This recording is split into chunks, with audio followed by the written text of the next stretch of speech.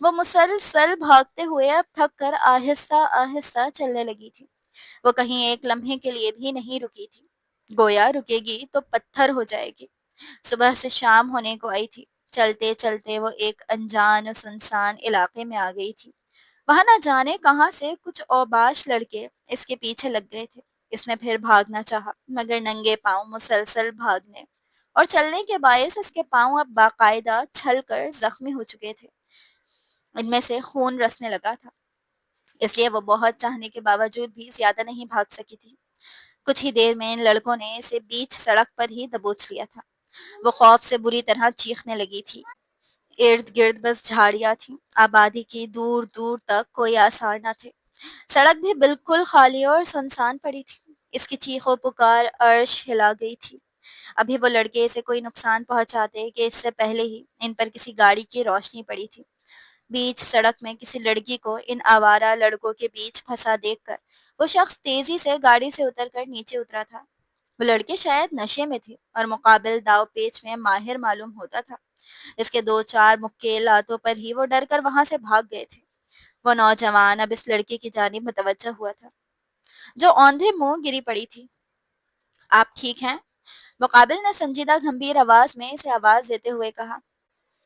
اس لڑکی نے بمشکل سر ہلاتے ہوئے اپنا پھٹا ہوا دوپٹہ اپنے گرد کستے ہوئے وہیں سڑک پر ہی اپنے گھٹنوں کے گرد بازو باندھ کر اپنا سر ٹکا لیا تو مقابل نوجوان جذب ہوا۔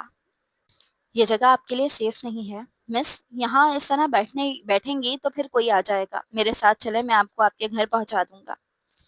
مقابل کی بات پر بھی وہ بے حس و حرکت بیٹھی رہی تھی، جیسے جان ہی نہ ہو۔ سامنے کھڑا شخص اب تعصب سے اسے دیکھ کر رہ گیا، شاید کچھ دیر پہلے ہوئے واقعے کا اثر ہو گیا تھا اس کے دماغ پر۔ یہی سوچ کر اس شخص نے گھٹنوں میں سر چھپائے بیٹھی اس لڑکے کو بازو سے پکڑ کر اٹھایا تو اس کا چہرہ دیکھ کر وہ ساکت رہ گیا۔ سامنے کھڑی لڑکی کوئی اور نہیں، ہرمین تھی۔ مگر کیا واقعی یہ لڑکی ہرمین تھی؟ اس کا زخمی چہرہ و وجود، خون سے ننگے پاؤں، اجڑی بکھری حالت، یہ سب دیکھ کر ایک بار تو وہ سنگ دل بھی ساکت رہ گیا جس نے اسے اس حال میں پہنچایا۔ سامنے کھڑا میر حسام اسے دیکھ کر بے اختیار چند قدم دور ہوا تھا، وہ اپنے حواسوں میں نہیں لگ رہی تھی۔ حسام اسے دیکھ کر عجیب سی کشمکش کا شکار ہوا، وہ اسے اس حال میں دیکھ کر خوش ہونا چاہتا تھا لیکن ہو نہیں پا رہا تھا۔ آج اگر یہ لڑکے اس کے ساتھ کچھ کر دیتے تو کیا ہوتا، اس کا ذمہ دار کون ہوتا؟ یہ سوچ کر اس شخص کو جھرجھری سی آئی تھی۔ اس کا دماغ کہہ رہا تھا کہ اسے یہی چھوڑ دے تاکہ اس کا بدلہ پورا ہو، مگر اس کے ضمیر کو یہ گوارا نہ تھا کہ کچھ دیر پہلے رونما ہونے والے واقعے کے باوجود بھی وہ اسے یہاں چھوڑ جائے۔ بالآخر وہ خاموشی سے اسے بازو سے پکڑ کر اپنی گاڑی کی جانب بڑھا تھا۔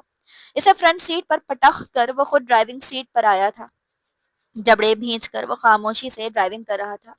اسے بٹھا تو لیا تھا گاڑی میں لیکن اب سمجھ نہیں آ رہا تھا کہ اسے کہاں چھوڑے۔ وہ صحیح کہتی تھی، وہ اپنی ہی سوچوں میں مگن تھا جب اچانک اس کی آواز پر وہ متوجہ ہوا۔ وہ سامنے ونڈو اسکرین پر کسی غیر مرئی نقطے پر نظریں جمائے بول رہی تھی۔ میر حسام کو اس کی ذہنی حالت پر شبہ ہوا تھا۔ اس نے کہا تھا کہ ہم دونوں دوستیں تباہ ہو جائیں گی۔ اس نے صحیح کہا تھا، پہلے اس نے انم کو اور پھر مجھے تباہ کر دیا۔ اس نے صحیح کہا تھا، اس نے سب تباہ کر دیا۔ اس کی ذہنی کنڈیشن واقعی ٹھیک نہیں تھی، وہ کسی ٹرانس کسی کیفیت میں بول رہی تھی۔ اس کے الفاظ پر میر حسام نے گاڑی ایک جھٹکے سے روکی تھی۔ انم؟ کون انم؟ مقابل نے کپ کپاتے لہجے میں پوچھا۔ اس نے تباہ کر دیا مجھے اور انم کو۔ اس نے جیسے سنا ہی نہیں تھا، وہ اپنی ہی دھن میں اب بھی بول رہی تھی، جبکہ میر حسام پر جیسے کسی نے کھولتا ہوا لاوا الٹ دیا ہو۔ وہ یہ کیا بول رہی تھی؟ وہ کس کی بات کر رہی تھی؟ کس نے تباہ کیا تھا انم؟ اور اسے کیا وہ خود نہیں تھی؟ اس کی بہن انم کو نشے کی لت لگانے والی، اس کی زندگی تباہ کرنے والی حسام کو کچھ بہت غلط ہو جانے کا احساس بری طرح ستانے لگا۔ ایسا کیسے ہو سکتا تھا؟ کالج کے پرنسپل اور انم کی تمام کلاس فیلوز نے خود ہرمین کے خلاف گواہی دی تھی کہ اسی نے انم کو اس دلدل میں پھنسایا ہے۔ کون تھا وہ جس نے تم دونوں کو تباہ کیا؟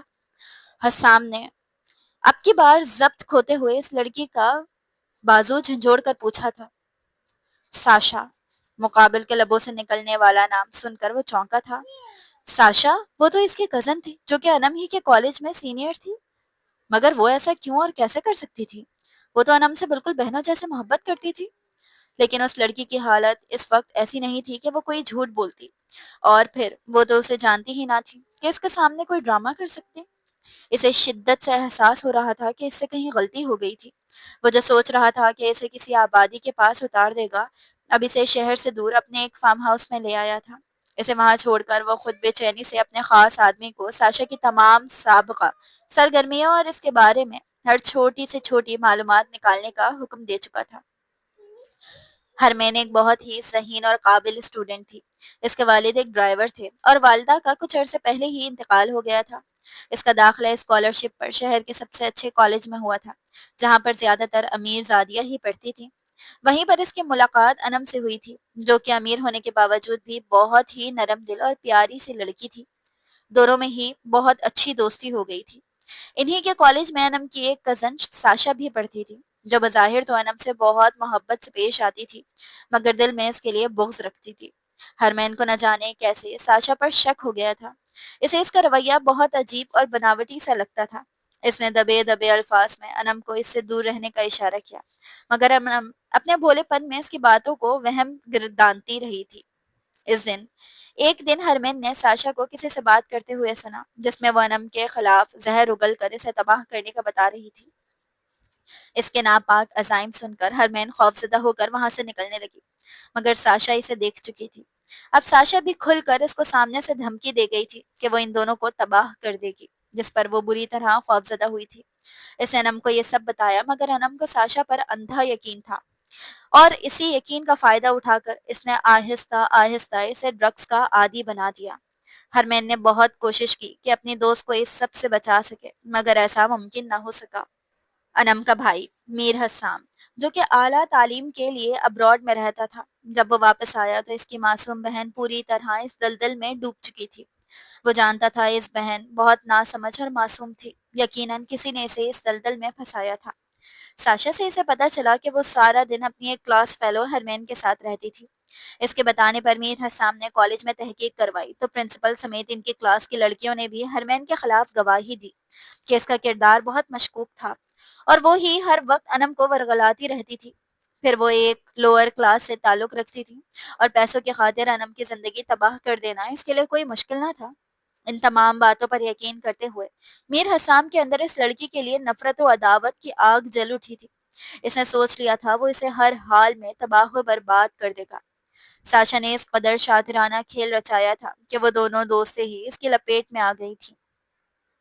کچھ ہی دیر میں اس کے آدمی نے تمام معلومات میر حسام کے گوش گزار کی تھی۔ ساشا کے بہت سے مشکوک لوگوں اور گینگ سے تعلقات تھے۔ اس کا باپ کالج کا ٹرسٹی تھا، جس کی وجہ سے تمام مینجمنٹ اس کے خلاف بولنے سے ڈرتی تھی۔ اس نے فن کے لیے کتنی ہی معصوم لڑکیوں کی زندگی برباد کی تھی۔ اس کی مشکوک حرکات جاننے کے بعد کسی شک و شبہ کی گنجائش ہی نہیں بچتی تھی۔ اس سب کے پیچھے ساشا ہی تھی۔ اس کی بہن کی زندگی برباد کر کے کسی معصوم پر اپنا سارا الزام ڈال کر اسے پھنسا دیا تھا۔ تمام حقیقت جان کر میر حسام کے پورے وجود میں بے چینی سرایت کر گئی تھی۔ یہ اسے کیا ہو گیا تھا؟ یہ کیا کر دیا تھا اس نے؟ ایک بے گناہ معصوم لڑکی کی زندگی خراب کر دی تھی۔ ایک پاکیزہ لڑکی کی عزت داغدار کی، اس کی معصومیت رونتی تھی۔ اگر کل وہ وہاں نہ پہنچتا تو اس کی وجہ سے شاید وہ لڑکی اپنی عزت بھی کھو بیٹھتی۔ اس کا وجود گہرے پچھتاووں میں گھرتا جا رہا تھا۔ جو کچھ وہ کر چکا تھا، اب اسے خود اپنے آپ سے نفرت محسوس ہو رہی تھی۔ خود میں اور ساشا میں سے کوئی فرق نظر نہیں آ رہا تھا، اور جس بہن کی خاطر اس نے یہ سب کیا تھا، اگر اسے پتہ چل جاتا کہ اس کے بھائی نے اس کی دوست کی زندگی برباد کر دی تو کیا ہوگا؟ وہ اپنی پیشانی مسلتے ہوئے مسلسل بے چینی سے اپنا پاؤں ہلا رہا تھا۔ اس کے اندر ہمت ہی نہیں ہو رہی تھی اس معصوم لڑکی کا سامنا کرنے کی، جو اس کی وجہ سے آج اس حال میں پہنچ گئی تھی۔ وہ تو جانتی بھی نہ تھی کہ اس کے ساتھ یہ سب کیوں ہوا تھا۔ نہ جانے اس کے ساتھ کیا سلوک کیا گیا تھا جو وہ اس حال میں یوں اس سنسان علاقے میں پائی گئی تھی۔ کیا اس کے باپ اور محلے والوں نے اسے وہاں سے نکال دیا تھا؟ وہ اپنے اندر بہت ہمت جمع کرتا ہوا اس کے کمرے کے باہر آیا تھا۔ ہلکا سا دروازہ کھولا تو اندر سے آتی آوازوں پر اس کا دل ڈوب کے ابھرا تھا۔ یا ربی، میرا آپ کے سوا کوئی نہیں ہے۔ میں جانتی نہیں یہ سب کس نے کیا میرے ساتھ، مگر آپ تو جانتے ہیں میں بہت کمزور اور بے بس ہوں، مگر آپ تو قوی ہیں، مجھے اس حال میں پہنچانے والوں کو بھی ایسے ہی تباہ کرنا۔ باربی، جیسے میں تباہ ہو رہی ہوں، رحم کر مجھ پر یا رب رحم۔ میں اپنا معاملہ آپ کے سپرد کرتی ہوں، بلا شبہ آپ بہتر انصاف کرنے والے ہیں۔ اس معصوم لڑکی کی آنکھوں میں جیسے عرش ہلا دینے کی طاقت تھی، یہ آوازیں میر حسام کو بھی سر تا پیر ہلا گئی تھی۔ خوف خدا اسے اس کے پورے وجود پر لرزہ طاری ہو گیا تھا۔ اس نے ہمت کر کے ہلکا سا دروازہ وا کرتے اندر نظر دوڑائی تو سامنے ہی سے وہ لڑکی زمین پر اپنے ہاتھ اپنے رب کے سامنے پھیلائے بیٹھی نظر آئی تھی۔ حجاب اسٹائل میں لپیٹے دوپٹے میں اس کا زخموں سے بھرا معصوم چہرہ دیکھ کر میر حسام ساکن ہو گیا تھا۔ اس کا دل یکدم سے کسی انجانے احساس سے دھڑکا تھا۔ وہ چہرہ جیسے اس ایک لمحے میں اس کے دل کی اٹھاں گہرائیوں میں اترا تھا۔ محبت الہام بن کر اتری تھی۔ اس کا دل اس سے ہی دغا کر چکا تھا۔ ایک لمحے کا کھیل تھا اور اس ایک لمحے میں اس کا دل کسی اور کا اسیر ہو گیا تھا۔ وہ خوبرو نوجوان اس وقت کسی ہارے ہوئے جواری کی مانند شکست خوردہ سا لاؤنج میں بیٹھا تھا۔ اس کا دل اس لڑکی کا اسیر ہو گیا تھا جس کی زندگی اس نے کل رات برباد کی تھی۔ کیا وہ لڑکی اسے اپنائے گی؟ اتنا سب کچھ ہونے کے بعد کیا وہ اسے ایک موقع دے گی؟ اس کی محبت قبول کرے گی؟ یہ وہ سوالات تھے جو اس کے رگ و پے کو ایک اندیکھی آگ میں جھلسا رہے تھے۔ نہیں، میں ایسا کبھی نہیں ہونے دوں گا۔ میں اسے اپنے پاس اپنی محبت کے حصار میں قید کر لوں گا۔ میں اسے یہاں سے بہت دور لے جاؤں گا، اپنی دنیا میں، جہاں اسے کبھی سچ کا پتہ نہ چلے گا۔ وہ دیوانگی کے عالم میں بڑبڑاتے ہوئے اپنے سر پر مٹھیاں بنا کر ہلکے ہلکے مارنے لگا تھا۔ سر، میڈم نے ایک لقمہ بھی حلق سے نہیں اتارا، وہ بس گمسم سی حالت میں بیٹھی ہیں، کھانا ویسے کا ویسے پڑا ہے۔ میٹ کی بات پر اس نے بے چینی سے پہلو بدل کر لب بھینچے تھے۔ وہ ایک بار پھر ہمت کرتے ہوئے دھڑکتے دل کے ساتھ اس کے کمرے کی جانب آیا تھا۔ ہلکی سی دستک دے کر وہ کچھ دیر انتظار کرتا رہا تھا، مگر اندر سے آنے والی گھمبیر خاموشی پر وہ گھبرا کر دروازہ کھول کر اندر داخل ہوا۔ سامنے ہی وہ معصوم سی لڑکی کسی مرجھائے ہوئے پھول کی مانند بے رنگ سی بیٹھی تھی۔ مقابل میں گلا کھنکار کر اسے متوجہ کرنا چاہا، مگر وہ ہنوز ساخت و جامد بے جان سی بیٹھی رہی تھی۔ اس کی حالت دیکھ کر لگ رہا تھا کہ جیسے اس میں زندگی کی رمق ختم ہو گئی ہو۔ کیا وہ اتنا سب ہونے کے بعد اسے زندگی طرف واپس لا پائے گا؟ یہ خیال اس کے دل پر بجلی کی مانند گرا تھا۔ اس نے اذیت سے آنکھیں میچ کر کھولتے اس لڑکی کو دیکھا اور پھر گھٹنوں کے بل اس کے سامنے بیٹھ گیا۔ تم ٹھیک ہو؟ وہ میر حسام جس کی زبان ملک کے بڑے بڑے امرا کے سامنے کبھی نہ لڑکھڑائی تھی، آج اس نازک سی لڑکی سے ہم کلام ہوتے ہوئے لڑکھڑا گئی۔ کیا ایک احسان کریں گے مجھ پر؟ ہرمین نے ٹرانس کی سی کیفیت میں کہا تو مقابل دھڑکتے دل کے ساتھ اس کا حسین مگر زخمی چہرہ دیکھنے لگا جس پر اس نے میڈ کو مرہم بھی نہیں لگانے دیا تھا۔ بولیں، مجھ سے جو ہو سکا میں کروں گا۔ وہ کہنا چاہتا تھا کہ تمہارے لیے تو میری جان بھی حاضر ہے، بے بس ایک بار مانگ کر تو دیکھو، مگر الفاظ لبوں پر آ کر پلٹ گئے تھے۔ وہ بمشکل یہی الفاظ بول سکا تھا، مجھے اس زندگی کے بوجھ سے آزاد کر دیں، مجھ سے مزید نہیں اٹھایا جاتا ہے اس بوجھ، جیسی زندگی کا بار خدا میری اذیت کم کر دیں، مجھے مار دیں۔ خشک آنسوؤں کے ساتھ وہ اسپاٹ انداز میں بولتی اس کے آگے ہاتھ جوڑ گئی تھی۔ اس کے شفاق الفاظ پر مقابل کا دل تڑپ اٹھا تھا۔ وہ اذیت بھرے تاثرات چہرے پر سجائے اسے دیکھنے لگا تھا۔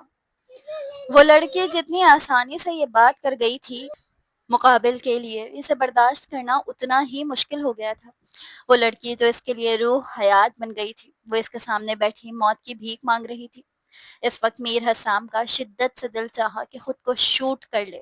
جو کچھ اس معصوم کے ساتھ کیا تھا، اس کے بعد موت سے کم سزا تو ہونی ہی نہیں چاہیے تھی۔ اس لڑکی کا موت کی تمنا کرنا ہی اس حسین نوجوان کو مار گیا تھا۔ وہ لڑکی اب اسے پر امید ہو کر سوالیہ نگاہوں سے دیکھ رہی تھی، مگر مقابل تو ان جواب طلب کرتی نگاہوں پر ہی ہزاروں موتیں مرا تھا۔ ہر مسئلے کا کوئی نہ کوئی حل ہوتا ہے، آپ کے مسئلے کا بھی حل ضرور ہوگا، آپ مایوس مت ہوں، سب ٹھیک ہو جائے گا۔ مقابل نے بمشکل خود پر قابو پاتے ہوئے دھیمے شکست خوردہ انداز میں کہا، میری زندگی میں کبھی کچھ ٹھیک نہیں ہوگا کیونکہ میں سیاہ بخت ہوں، میری زندگی میرے نصیب میں سیاہی لکھی ہے۔ وہ ابھی کسی غیر مرائی نقطے کو گھورتے ہوئے بولی تھی، کیوں؟ ایسا کیا ہوا ہے آپ کی زندگی میں؟ مقابل نے تھوک نگلتے ہوئے کہا۔ وہ چاہتا تھا کہ وہ اپنا درد باہر نکال دے، رو کر چیخ چلا کر وہ اس صدمے سے اس ٹرانس سے نکلے، تبھی تو نہ چاہتے ہوئے بھی یہ موضوع چھیڑ بیٹھا تھا۔ پتہ نہیں، مجھے بھی سمجھ نہیں آ رہا کہ یوں اچانک کیا ہوا ہے۔ کیا یہ ایک ڈراؤنا خواب ہے یا وہ زندگی جو پہلے میں جیتی تھی وہ کوئی اور خواب تھا؟ مجھے نہیں پتا۔ اس کے کھوئے ہوئے انداز پر مقابل کے وجود میں اذیت کسی سلو پوائزن کی مانند سرایت کرنے لگی تھی۔ اس لڑکی کی کنڈیشن واقعی ٹھیک نہیں تھی۔ آپ کی باتوں سے لگ رہا ہے کہ آپ کا کوئی اپنا نہیں ہے۔ میں بھی آپ کی طرح اکیلا ہی ہوں۔ کیوں نہ ہم ایک دوسرے کے ہو جائیں؟ نکاح کریں گے مجھ سے؟ میر حسام نے اپنے ضمیر کو کچلتے ہوئے نگاہیں چرا کر اس سے پوچھا تھا۔ اس لڑکی کی ذہنی حالت ابتر ہو گئی تھی۔ اس حادثے سے اس کا ذہن بری طرح متاثر ہوا تھا۔ وہ اس وقت اپنے حواسوں میں نہیں لگ رہی تھی۔ اس کا دل کہہ رہا تھا کہ اسے اپنا لے۔ اگر وہ ٹھیک ہو گئی تو شاید وہ اسے ہمیشہ کے لیے کھو دے گا۔ اس کو پانے کی چاہ میں وہ خود غرض ہو گیا تھا۔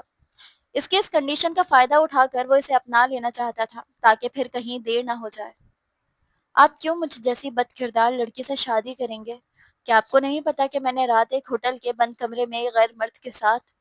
وہ حیرانی سے اسے دیکھ کر پوچھ ہی رہی تھی جب اس کی بات پر مقابل اپنا ضبط کھوتا بے بسی سے اسے ٹوک گیا تھا۔ شرمندگی کے مارے اس کا برا حال ہو گیا تھا۔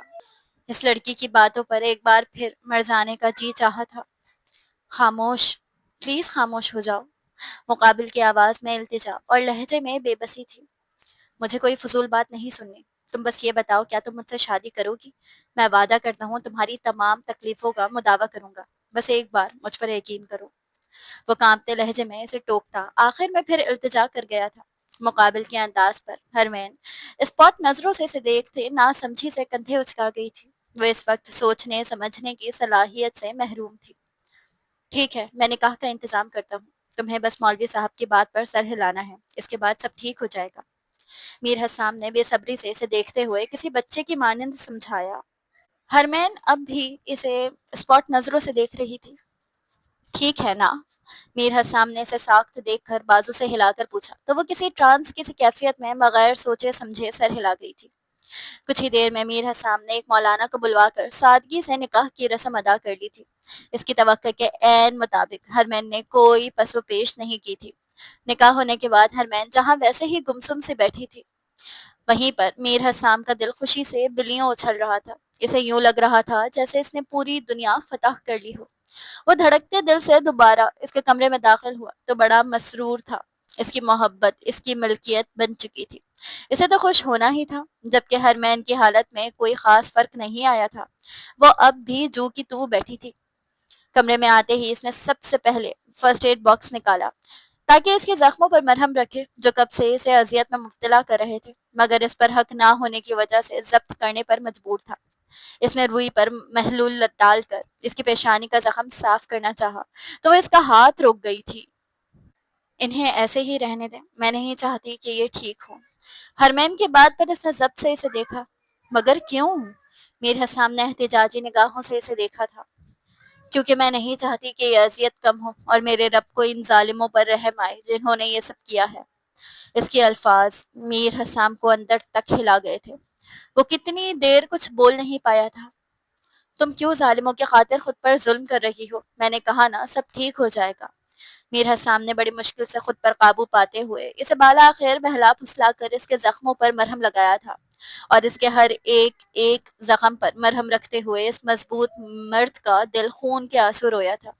اس کے زخم دیکھ کر وہ بڑی مشکل سے خود کو سنبھال رہا تھا۔ اذیت اس قدر تھی کہ لگ رہا تھا کہ کسی بھی وقت جان نکل جائے گی۔ اس کے بعد حسام نے بمشکل اس کو کھانا کھلایا تھا۔ اس لڑکی کی ذہنی حالت بالکل ٹھیک نہیں لگ رہی تھی۔ اس لیے میر حسام نے اپنے فارم ہاؤس پر ماہر سائیکریٹسٹ کی ایک ٹیم بلوائی تھی جنہوں نے ہرمین کا چیک اپ اور اس کیس ڈیپلی اسٹڈی کر کے صاف الفاظ میں کہا تھا کہ اس کے دماغ کی کچھ نروز اچانک صدمے کے باعث ٹھیک سے فنکشن نہیں کر رہی۔ اگر اسے جلدی نارمل نہ کیا گیا تو اس کا نروس بریک ڈاؤن ہو سکتا ہے۔ اس کی کنڈیشن ایسی تھی کہ اسے کسی بھی طرح کی میڈیسن دینا نقصان دہ ثابت ہو سکتا تھا۔ اسے اس وقت کاؤنسلنگ کی ضرورت تھی۔ اسے نارمل کرنے کی ضرورت تھی۔ یہ سب جان کر میر حسام بہت پریشان ہو چکا تھا۔ ایک طرف اس کی پیلس میں اس کی بہن زیر علاج تھی، تو اب دوسری جانب اس کی محبت، اس کی بیوی کی زندگی خطرے میں تھی۔ یہ اس نے کیا کر دیا تھا؟ اپنے بدلے اور نفرت میں وہ اس کے اپنے لیے حالات مزید مشکل بنا چکا تھا۔ ڈاکٹر کے مطابق اس وقت اسے کسی اپنے کی ضرورت تھی، کوئی ایسا جو اس کے لیے ضروری ہو، جسے دیکھ کر اس کے دماغ ریاکٹ کرے۔ میر حسام کو اس کے والد کا خیال آیا تھا۔ اس نے فوراً چند آدمیوں کو ہرمین کے گھر بھیجا تھا، مگر آگے سے جو خبر ملی تھی اسے سن کر وہ مزید پریشان ہو گیا، کیونکہ اس کے والد بے ہوش حالت میں گھر میں پائے گئے تھے۔ میر حسام کے حکم پر اس کے آدمی انہیں ہسپتال لے گئے تو پتہ چلا کہ ان کو ہارٹ اٹیک آیا ہے۔ وہ زیر علاج تھے، ان کی کنڈیشن زیادہ اچھی نہیں تھی، اور میر حسام کو اپنے ہاتھ سے سب کچھ نکلتا محسوس ہو رہا تھا۔ اگر اس کے والد کو اس سب کی وجہ سے کچھ ہو گیا تو کیا ہوگا؟ اس رات میر حسام نے اپنے رب کے حضور سرب سجود ہوتے ان سے اپنے محبت کی اور اس کے بابا کی زندگی مانگی تھی۔ وہ سب کچھ پہلے جیسا کرنا چاہتا تھا، مگر یہ سب کچھ اتنا آسان نہیں تھا۔ 24 گھنٹے دیکھتے ہی دیکھتے گزر گئے تھے۔ ہرمین کی حالت ویسی ہی تھی، اور ہر گزارتا لمحہ اسے موت کے قریب کر رہا تھا، اور میر حسام کو اپنی زندگی کی ڈور ہاتھ سے نکلتی محسوس ہو رہی تھی۔ اس کے والد کو اب تک ہوش نہیں آیا تھا۔ ان کی حالت کافی کریٹیکل تھی، اس لیے اب اسے ہرمین کو نارمل کرنے کے لیے کوئی اور راستہ نکالنا تھا۔ ڈاکٹر کا کہنا تھا کہ دوسرا طریقہ تھوڑا رسکی اور ہرمین کے لیے اذیت ناک ثابت ہوگا، مگر اسے بچانے کے لیے یہ ضروری تھا۔ ڈاکٹر کے مطابق اسے اس حادثے کے متعلق دہرا کر وہ سب یاد کروانا تھا تاکہ وہ کچھ ریاکٹ کرے۔ میر حسام نے ڈاکٹرز کی ہدایت کے مطابق ٹی وی آن کرتے ہرمین کو سامنے بٹھا کر اسے وہ ویڈیو دکھائی تھی، جس میں وائرل ہونے والے ہوٹل کلپ اور میڈیا پر چلنے والی وہ نشریات، جن میں میڈیا پر اس کے کردار پر انگلی اٹھائی جا رہی تھی۔ جیسے جیسے ویڈیوز چلتی جا رہی تھی، سامنے چلتے مناظر دیکھ کر ہرمین کی رنگت سفید پڑنے لگی تھی۔ اچانک ہی وہ چیخنے لگی تھی۔ اس کے ذہن کے پردوں پر وہ تمام منظر عیاں ہوئے تھے، وہ تمام واقعات جو اس کے ساتھ پیش آئے تھے۔ اس کی حالت دیکھ کر میر حسام تڑپ کر اس کی طرف بڑھا تھا۔ وہ پھوٹ پھوٹ کر رونے لگی تھی۔ میر حسام نے اسے سنبھالنے کی کوشش کی، مگر اس میں بری طرح ناکام رہا۔ وہ بری طرح روتے روتے اچانک بے ہوش ہوئی تو میر حسام کو اپنی جان نکلتی محسوس ہوئی تھی۔ ڈاکٹرز نے چیک اپ کے بعد اسے تسلی دی تھی۔ ان کے مطابق ہرمین اب خطرے سے باہر تھی، مگر اسے پینک اٹیک آ سکتے تھے، اور اس سب کے بعد اسے سنبھالنا اور پرسکون کرنا کافی مشکل تھا۔ مگر اب اسے سکون اور ادویات دے کر نارمل کیا جا سکتا تھا، کیونکہ اس مائنڈ اب صحیح سے فنکشن کرنے لگا تھا۔ ہوش میں آنے کے بعد ہرمین روتے ہوئے بابا بابا پکارنے لگی تھی۔ اپنے والد کا شکست خوردہ چہرہ یاد کر کے اس کے آنسوؤں میں ہر گزرتے لمحے کے ساتھ اضافہ ہوتا جا رہا تھا۔ وہ بار بار اپنے بابا کے پاس جانے کی ضد کر رہی تھی، جس پہ میر حسام نے بڑی مشکل سے اسے ڈیل کیا تھا، کیونکہ اس کے بابا ابھی تک ہوش میں نہیں آئے تھے۔ ہرمین کی حالت کچھ دن ایسی ہی رہی تھی۔ وہ اٹھتے ساتھ ہی رونا شروع کر دیتی، زور زور سے چیخنے لگتی، کبھی اپنے بابا کو پکارتی، کبھی اپنے مجرموں کو بددعائیں دیتی، اور کبھی روتے روتے حواس کھو کر بے ہوش ہو جاتی۔ آہستہ آہستہ اسے صبر آنے لگا تھا۔ اس کا ذہن اس حادثے کو قبول کرنے لگا تھا۔ حسام کی مسلسل کیئر اور کاؤنسلنگ سے وہ اب پہل کر چپ ہو جایا کرتی تھی۔ حسام کی زندگی ان دنوں گھن چکر بن گئی تھی۔ دن میں ہرمین کو دواؤں کے زیر اثر رکھا جاتا تھا۔ وہ دن بھر سکون اور ادویات کے زیر اثر سوئی رہتی تھی، اس لیے اس کا دن اپنے مینشن میں اپنی بہن انم کے پاس گزرتا، جس کا ٹریٹمنٹ مسلسل جاری تھا۔ نشہ نہ ملنے کے باعث وہ پاگلوں کی طرح خود نقصان پہنچانے کی کوشش کرتی تھی اور بری طرح پینک کرنے لگتی تھی۔ دن اس کے پاس گزار کر رات کو وہ ہرمین کے ساتھ جاگتا تھا، جو کہ اب کبھی کبھی خاموش رہتی تھی، اور کبھی کبھار پینک اٹیک کے باعث اس کی طبیعت بگڑ جاتی تھی۔ اس کے علاوہ ہسپتال میں زیر علاج ہرمین کے والد کو دیکھنے کے لیے اس کے ہسپتال میں بھی روز چکر لگتا تھا۔ انم کی کنڈیشن میں کچھ سدھار آنے لگا تھا، جبکہ دوسری جانب ہرمین کی حالت بھی پہلے سے کافی بہتر ہو رہی تھی۔ وہ اب میر حسام کے ساتھ لگ کر کچھ وقت کے لیے وہ خوفناک یادیں بھول جاتی تھی۔ میر حسام کی محبت اور توجہ سے اس کی طبیعت میں کافی بہتری آئی تھی۔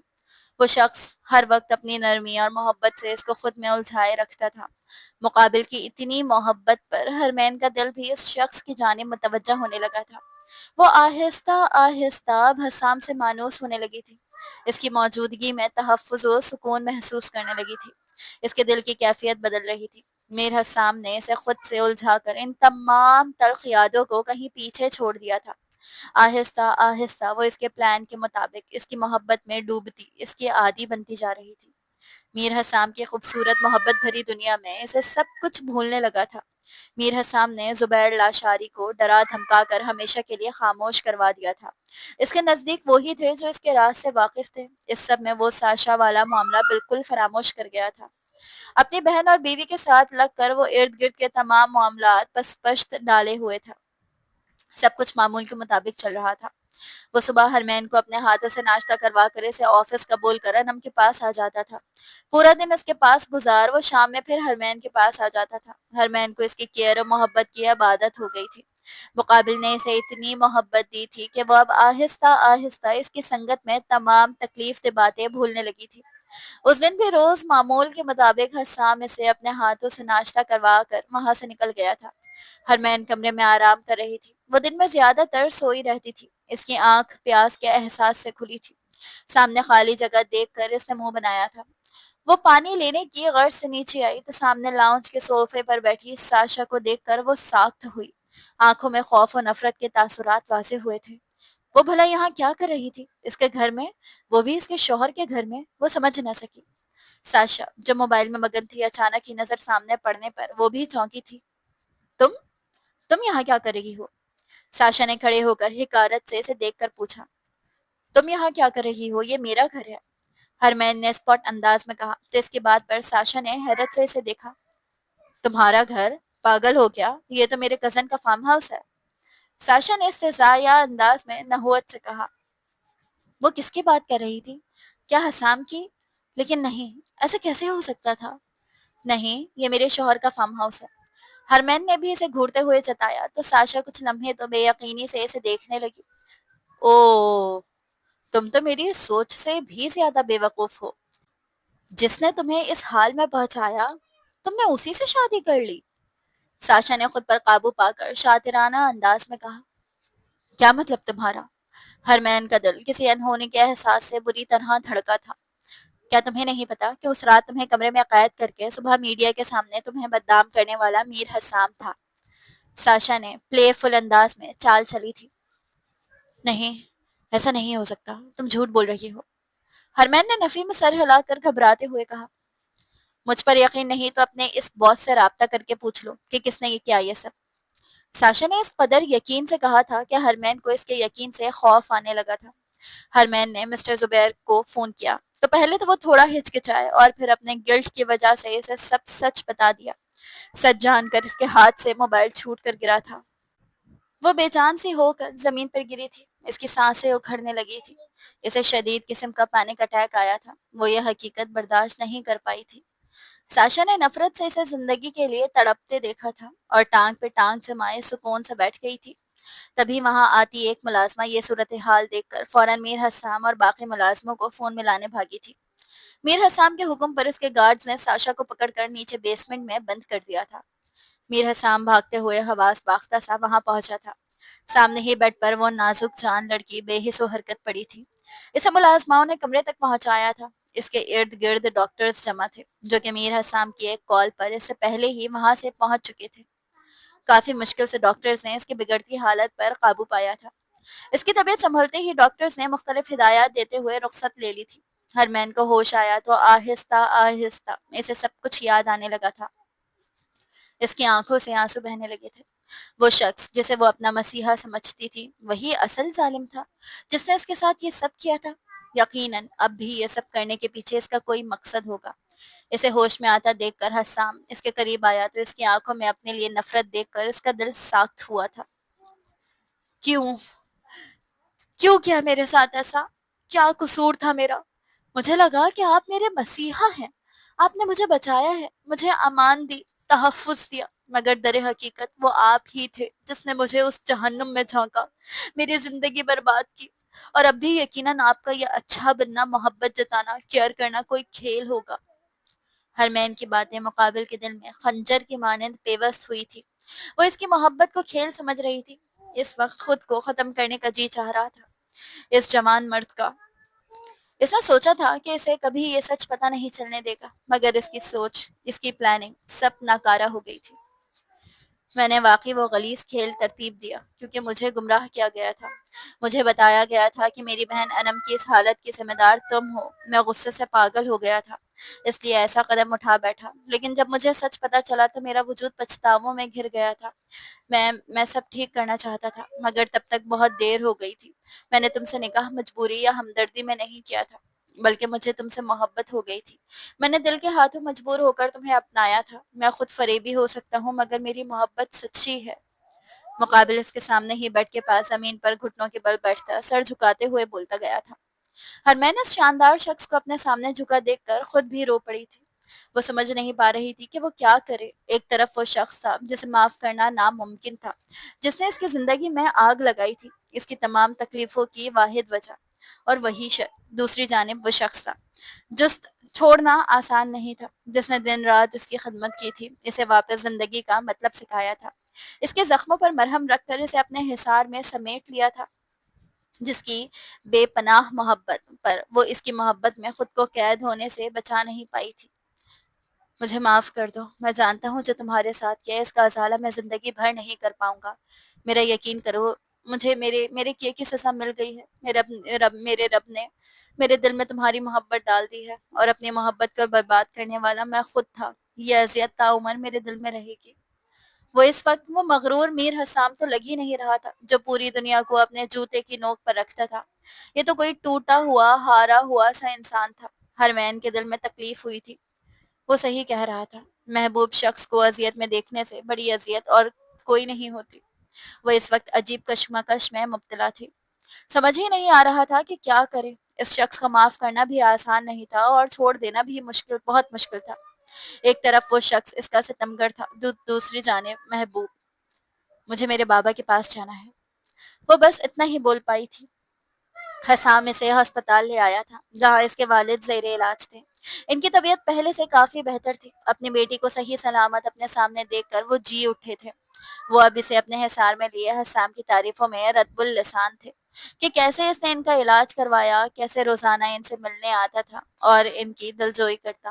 وہ بڑا خوش ہو کر بتا رہے تھے اور ہرمین بس خاموش تھی۔ وہ چاہ کر بھی انہیں اس شخص کی حقیقت نہ بتا پائی۔ تو بڑی نصیب والی ہے میری بچی جو تجھے ایسا ہم سفر ملا ہے، ورنہ جو کچھ ہوا مجھے تو لگا کہ میں اب تجھے ہمیشہ کے لیے کھو دوں گا، تجھے اس ظالم دنیا سے بچا نہیں پاؤں گا، مگر میرے رب نے تیری حفاظت کی، تیرے لیے مسیحا و محافظ بھیجا۔ بیٹا، رب کی اس عظیم نعمت کی ناشکری مت کرنا، اللہ نے تجھے تیرے صبر کا اجر دیا ہے، حسام کی صورت میں اس اجر کی ہمیشہ قدر کرنا۔ اپنے والد کی باتوں پر ہرمین انہیں دیکھ کے رہ گئی۔ وہ حسام کے ساتھ واپس آئی تو خاموش تھی، مگر فیصلہ کر چکی تھی۔ اگر اللہ نے اس کی تکلیفوں کے بدلے اس شخص کا دل اس کے لیے نرم کر دیا تھا تو اب اسے بھی اپنے رب کی رضا میں راضی ہو کر اس شخص کو معاف کرنا تھا۔ وہ گھر آئے تو میر حسام کے مینشن کے بڑے سے لان میں ملک بھر کا میڈیا جمع تھا۔ میر حسام نے پریس کانفرنس میں سب کے سامنے اپنے سابقہ اعمال کا اقرار کرتے ہوئے پورے ملک کے سامنے جھک کر ہرمین سے معافی مانگی تھی۔ ہرمین نے ایک نظر اپنے سامنے گھٹنوں کے بل بیٹھے اس شاندار مرد کو دیکھا تھا جو اب اپنا ہاتھ پھیلائے آنکھوں میں امید لیے اسے دیکھ رہا تھا۔ اسے معاف کرنے کا فیصلہ تو وہ پہلے ہی کر چکی تھی، لیکن اس کے اس عمل نے ہرمین کے دل سے تمام قدورت ہٹا دی تھی۔ وہ سچے دل سے مسکرا کر اس کے ہاتھ پر اپنا ہاتھ رکھ گئی تھی۔ میر حسام نے آنکھیں میچ کر آسمان کی جانب نم نگاہوں سے دیکھا تھا۔ وہ اٹھ کر اپنی متاح جاں کو سینے میں سمیٹ لیا تھا۔ وہ اب تا عمر اسے کسی قیمتی اثاثے کی مانند چھپا کے رکھنے والا تھا۔ اس کی بہن بھی اب بالکل ٹھیک ہو چکی تھی۔ ساشا کو بیسمنٹ میں ڈالنے کے بعد پہلے ہرمین کی حالت کی وجہ سے اور پھر اپنے بہن کی خراب طبیعت کی مصروفیات میں وہ اس کے بارے میں بھول گیا تھا۔ ایک ہفتے بعد اس کی لاش بیسمنٹ سے نکلی تھی۔ وہ بھوک پیاس سے تڑپ کر مر چکی تھی، جس پر میر حسام کو افسوس ہوا تھا۔ وہ ایسا نہیں چاہتا تھا، مگر اپنی ٹینشن میں وہ اس کے بارے میں بھول کے ہی رہ گیا تھا۔ میر حسام نے اپنی شادی کی خوشی میں ایک بڑی سی دعوت رکھی تھی۔ اس کی زندگی کی آزمائشیں اب ختم ہو گئی تھی۔